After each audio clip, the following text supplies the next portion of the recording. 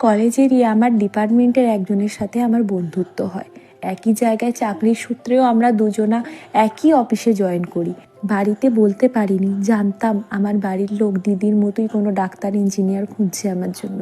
যাই হোক, বাড়ির অমতেই বাড়ির সকলকে নিয়ে বিয়ে করি। মানেটা হচ্ছে বাড়ির লোকেদের অনুমতি নিয়েই বিয়ে করেছিলাম, কিন্তু বাড়ির লোকেদের অনুমতিটা যেন 100% ছিল না, জানেন।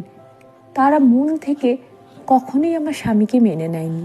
খুব বড় করে না হলেও ছোট একটা পারিবারিক অনুষ্ঠান করে বাবা মা দাঁড়িয়ে থেকে আত্মীয় স্বজনরা মিলে আমাদের বিয়েটা দেয়। আমার হাজব্যান্ড, আমার শ্বশুরবাড়ি আমাকে মন ভরে আশীর্বাদ করে মেনে নেয়, কিন্তু আমার বাবা মা প্রথম থেকেই আমার স্বামীকে খুব একটা পছন্দ করতো না।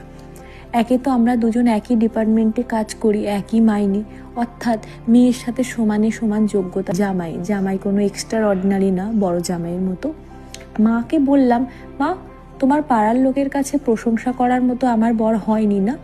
মা বলল, বেশি কথা বলিস না, আমাদের কথা মতো থাকলে হয়তো খুব ভালো জায়গায় ঘুরতে পারতিস, সারা জীবনটা এনজয় করতে পারতিস।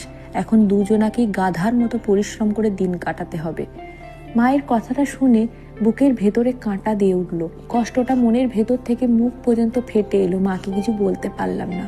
জানতাম স্বামীর অবস্থা যদি কখনো ঘোরে তখন মাকে তার জবাবটা দেব, তার আগে না। তারপর মা কথায় কথায় আমাদের দুজনকে অপমান করত। মাঝে মাঝে ফোন করে বলতো, জানিস আমাদের পাড়ায় মন্দির হবে, তোর জামাইবাবু লাখ লাখ টাকা দান করছে। কখনো বলতো, তোর দিদির ননদ বড় গাড়ি কিনেছে, তোর দিদির তো 3-4টে গাড়ি আছেই।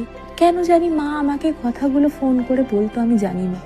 এবং কথাগুলো খুবই সামান্য হলেও আমার মনে হতো আমি পারছি না আর ওরা পারছে, এটাই মা বারবার বোঝাতে চাইছে। একদিন আমি রেগে গিয়ে বললাম, মা, তুমি কি চাও? আমি ভালো আছি, তুমি এটাই চাও নাকি অন্য কিছু চাও?